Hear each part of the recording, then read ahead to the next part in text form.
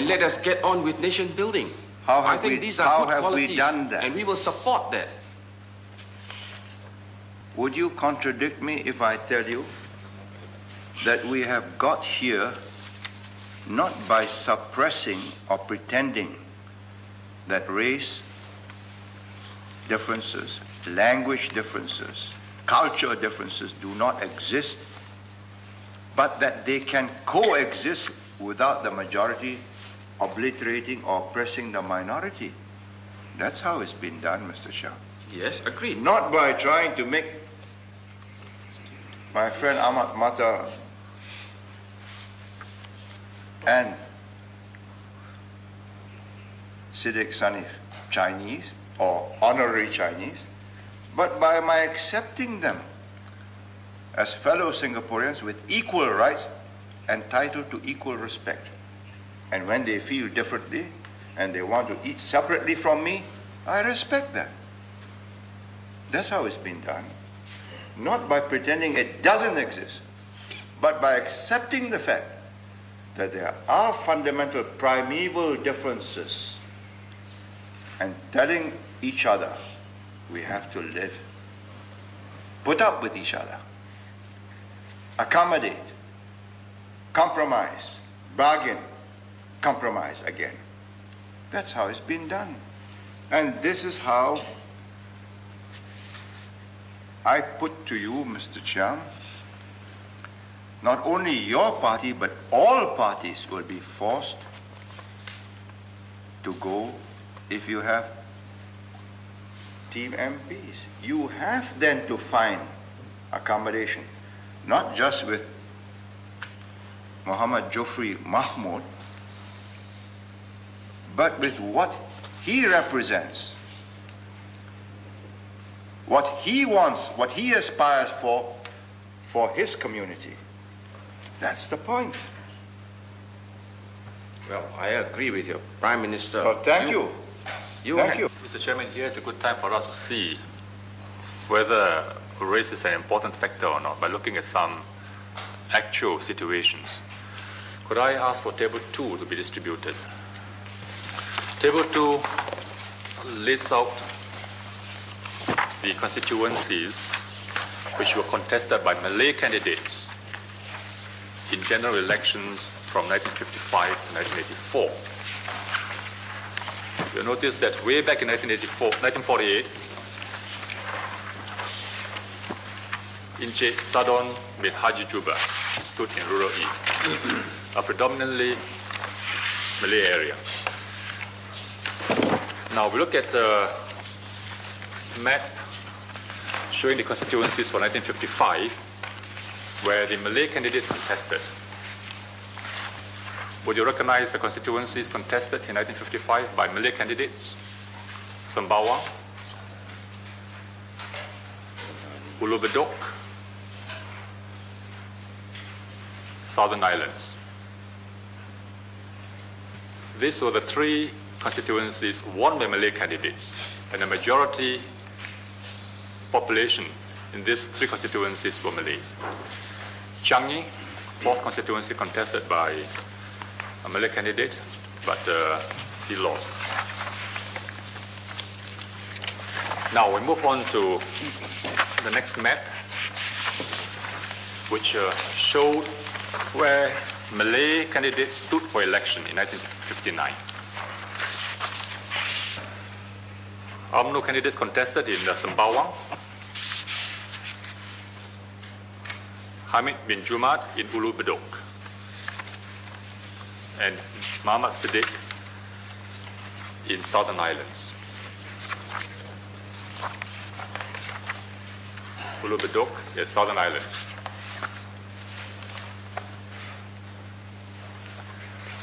The areas shaded lightly were the areas also contested by Malay candidates.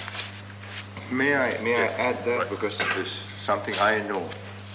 For the first time in 1959, Mr. Chow, the PAP fielded Malay candidates in any party fielded Malay candidates in constituencies where Malays are not the majority, and won. On the PAP pulling power to get the Chinese to vote PAP in spite of a Malay candidate. That's the first time it's been done, and only been done by the PAP. Now, I would move on to the next chart, which shows where Malay candidates contested in 1972. Geylang Serai, Kampong Kembangan in the same general area, Kampong Ubi, Pasir Panjang, which now includes the former Southern Islands. Now we move on to the next map. We jump to 1984. You are familiar with the situation in 84, Mr. Chiam. Can you tell us where the Malay candidates contested, whether they were from the PAP or from PKMS or from Workers' Party? I didn't make a study of it. Look at table. Well, then look at the table 2.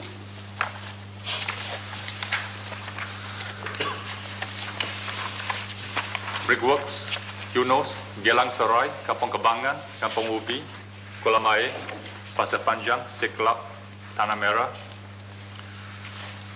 Bowen, and Tampines. May I ask Mr. Chiam or Mr. Ling, what is your interpretation of the various maps which you have been looking at?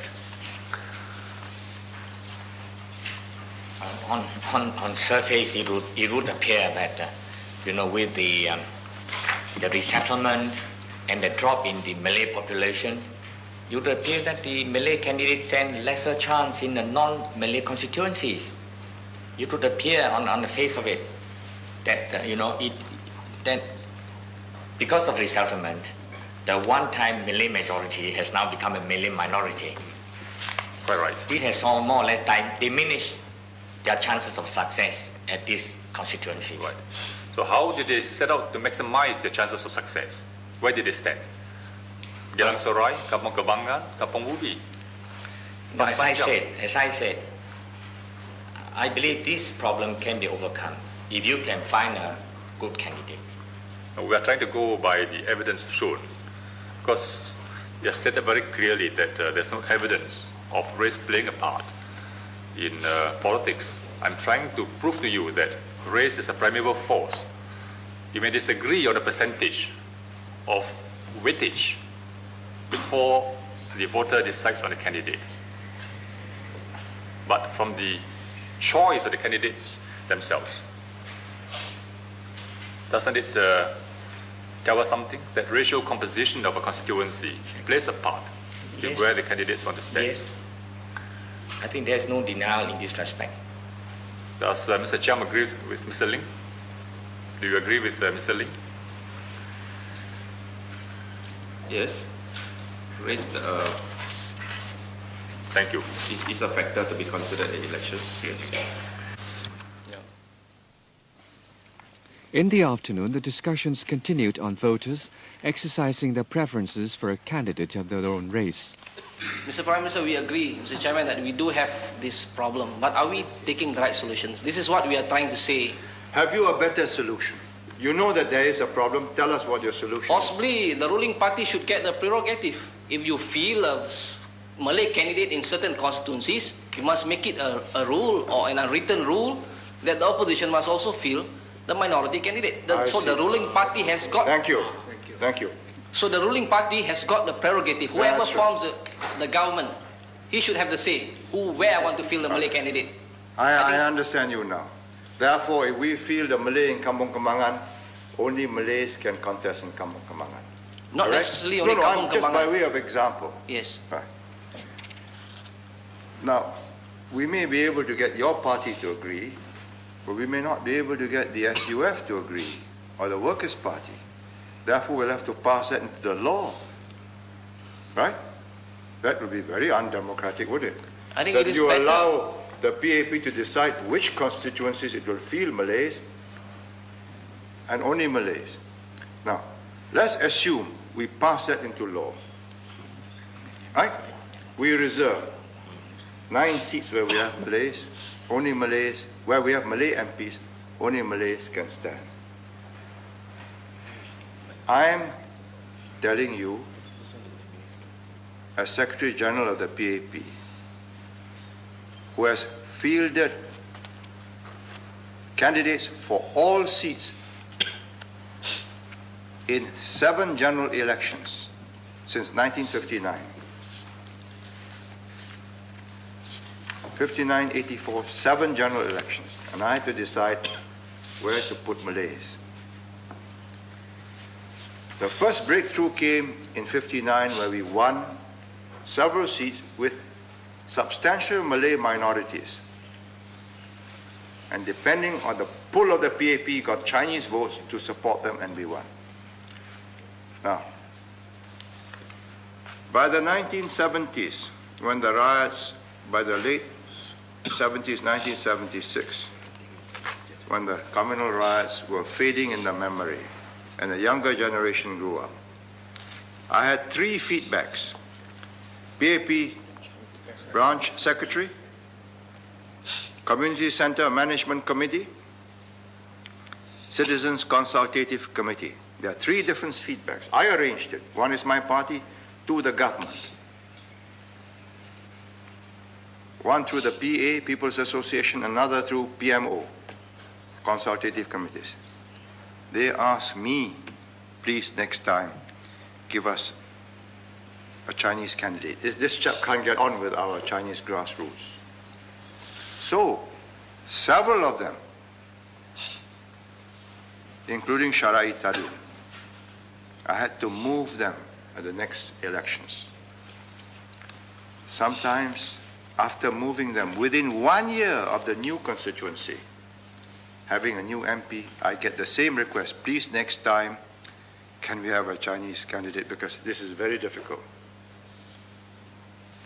Several such MPs who could not establish rapport empathy had to be dropped. There was nothing wrong with Sharai Tadin. As an MP, as a man, except that he could not bridge this cultural, linguistic, ethnic gap. Now, if we designate Chai Chi, Malays only, the Chinese voters and the Indian voters, who are now the majority, will revolt. Therefore, my scheme, twin them with the next constituency, so that the Chinese voter, if he finds no empathy with the Malay MP, will look for the Chinese MP. So can I say something? No, but that is, I'm telling you the genesis, the reasons why your scheme, I've thought of it. Just say, in this area, only Malays. In this area, only Indians. There will be a revolt from the non-minority voters. So I disagree, sir. Because... what is your experience? No, as... No. No, as... No, what let, is let your, me how explain. many elections have you contested? 1 elections. Oh. I have contested... I know, sir. I know, Mr. 9 general participated in 9 general elections, contested in 8. If I include the Malaysian Federation, my party contested in 1 general election there too. So what we need to do maybe was to give a person like Sharai Tadin a lot of Chinese assistance. I did. I provided him with full backup staff. And now with comprehensive education in English, I think this problem will solve itself. Because people will be English educated now, they can understand, communicate each other as we go along. And I think they should be able to communicate in English with each other. And if a parent cannot speak English, cannot communicate with the MP, he will have children who We can have speak. been communicating with each other in English, and I still don't understand you. I don't understand how 18% object, and therefore an elected government cannot do it. So each time we're going to do something, we've got to say, look, how many percent is it? I'm not saying that you cannot do it. You can do it, don't but it understand is that. wiser not to do it. Ah. I'm not saying that you cannot do it. You're an elected government, 18% disagree, you can do it. But it is wiser not to do it. for anybody, any Singaporean, to stand up